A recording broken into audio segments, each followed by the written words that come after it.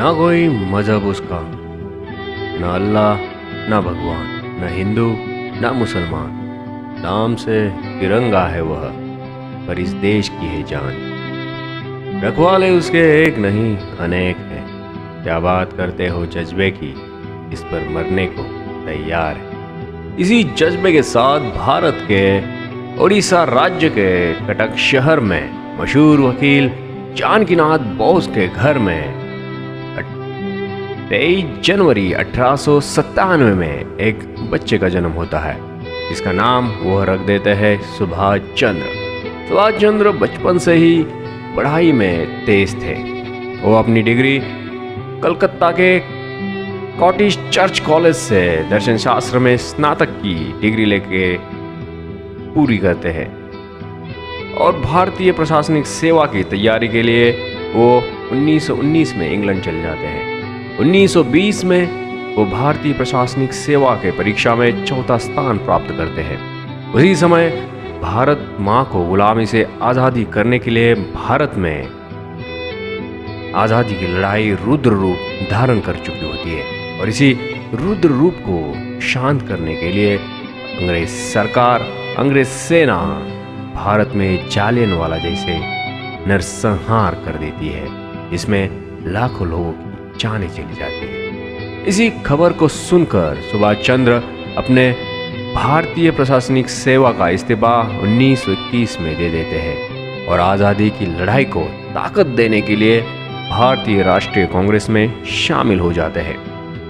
भारतीय राष्ट्रीय कांग्रेस के अधिवेशन 1928 में वो जवाहरलाल नेहरू के साथ पूर्ण स्वराज की मांग करते हैं, लेकिन अंग्रेज सरकार इस मांग को ठुकरा देता है। इसी कारणवश 1930 में हुए लाहौर अधिवेशन में पूर्ण स्वराज के मांग के साथ साथ 26 जनवरी ये दिन स्वतंत्रता दिन इस नाम से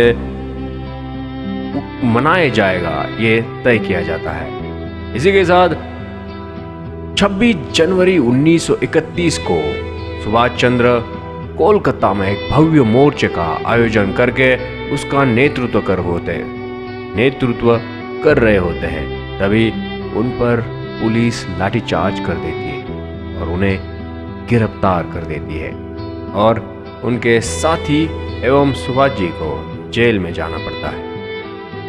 उसी दौरान गांधी जी सुभाष चंद्र उनके साथियों को रिहा करने के लिए अंग्रेज सरकार से समझौता करती है और सुभाष चंद्र एवं उनके साथी को रिहा कर दिया जाता है, लेकिन भगत सिंह जैसे क्रांतिकारियों को छोड़ने से अंग्रेज सरकार साफ मना कर देती है और भगत सिंह को फांसी दी जाती है। भगत सिंह एवं उनके साथियों को बचा न पाने के कारण सुभाष चंद्र गांधी जी और भारतीय कांग्रेस पे नाराज हो जाते हैं। कुछ समय गुजर जाने के बाद बंगाल अधिनियम के तहत सुभाष जी को फिर एक बार गिरफ्तार किया जाता है। सुभाष चंद्र बोस कुल अपने जीवन में, क्रांतिकारी जीवन में 11 बार जेल में गए थे। वो समय ऐसा था कि सुभाष चंद्र जी के नेतृत्व में काम कर रहे नौजवान कह रहे थे, हम अपनी आजादी को हरगिज मिटा सकते नहीं, सर कटा सकते हैं लेकिन सर झुका सकते नहीं। एक साल जेल में रहने के बाद अंग्रेज सरकार सुभाष जी को यूरोप भेज दिए जाते हैं। यूरोप जाने के बाद उनको भारत में आने पर पाबंदी लगाई जाती है, लेकिन अपनी माँ से अपना बच्चा दूर कैसे रख सकता है, अपने माँ को गुलामी के जंजीर में छोड़कर कैसे रह सकता है। पाबंदी होने के बावजूद वो भारत आ जाते हैं। परिणाम स्वरूप उनको 1 साल जेल हो जाती है। 1 साल जेल होने के बाद बाहर आने के बाद वो फिर से स्वतंत्र के लड़ाई में काम करना शुरू कर देते हैं।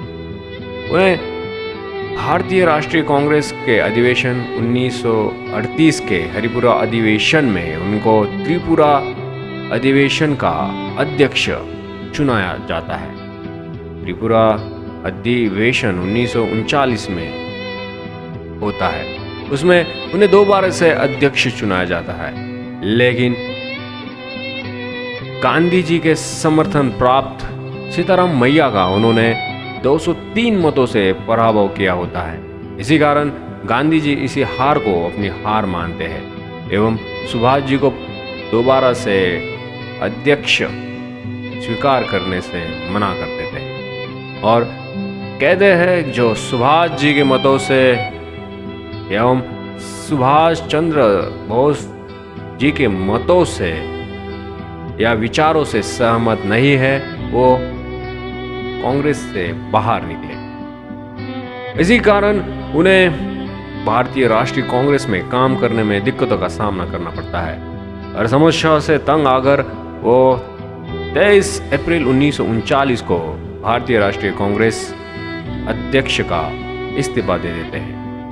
लेकिन उसी भारतीय राष्ट्रीय कांग्रेस के अंदर ही वो 3 मई 1939 को फॉरवर्ड ब्लॉक नामक पक्ष की स्थापना कर देते हैं और इस पक्ष के साथ स्वतंत्रता संग्राम की जनजागृति तेज कर देते हैं। इसी कारण अंग्रेज सरकार फॉरवर्ड ब्लॉक के सदस्यों को गिरफ्तार कर देती है एवं सुभाष चंद्र बोस को उनके ही घर में नजर कैद में रखती है। लेकिन सुभाष चंद्र बोस जनवरी 1941 में अपने घर से भागकर अफगानिस्तान के मार्ग से जर्मनी पहुंच जाते हैं और वहां पर 1942 में वो बर्लिन रेडियो पर अपना प्रसारण चालू कर देते हैं। 1943 में वो जर्मनी से सिंगापुर आ जाते हैं और वहां से पूर्व एशिया पहुंचकर रास बिहारी बोस से स्वतंत्रता आंदोलन की कमान ले लेते हैं और आज़ाद हिंद फौज का गठन कर देते हैं और उसी के साथ वो नारा देते हैं कि तुम मुझे खून दो मैं तुम्हें आज़ादी दूंगा। इसी के साथ आज़ाद हिंद फौज को जापान की फौज के साथ संयोग करके वो भारत पर आक्रमण कर देते हैं। भारत के अंडमान और निकोबार बेटों पर वो आक्रमण करके उन्हें जीत लेते हैं और उनका नामकरण करते हैं शहीद बेट और स्वराज बेट। आगे ये फौज भारत के इम्फाल में आक्रमण कर देती है, लेकिन वहां पे अत्याधुनिक शस्त्र से सहज अंग्रेजों की पलटन इन सेनाओं पे भारी पड़ जाती है और इनकी पतन शुरू हो जाता है। इम्फाल और कोहिमा में आज़ाद हिंद सेना पीछे हट जाती है।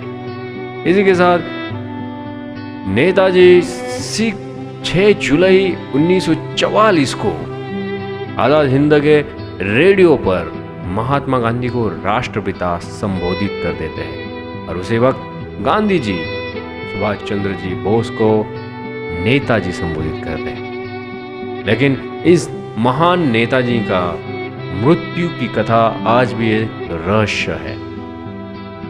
अगस्त 1945 में वो एक हवाई सफर कर रहे होते हैं और उसी वक्त उसी हवाई सफर में उनकी मृत्यु ताइवान में हो जाती है। लेकिन आज भी उसी घटना का कोई भी सबूत एवं साक्ष्य मौजूद नहीं है। इस नेता से हमें देश की लड़ाई के लिए प्रेरणा मिलती है, किसी भी संघर्ष में डटकर खड़े रहने की प्रेरणा मिलती है। आज जो हम गणतंत्र दिन एवं स्वतंत्र दिन मनाते हैं, उनके लिए कई सारे वीर जवानों ने, कई सारे नौजवान ने अपना बलिदान दिया है। इसी बलिदान को याद रखकर हमें स्वतंत्रता का उपभोग करना चाहिए और ऐसी कहानियाँ सुनने के लिए आर्य मोटिवेशनल चैनल को लाइक करें, सब्सक्राइब करें। जय हिंद, जय भारत।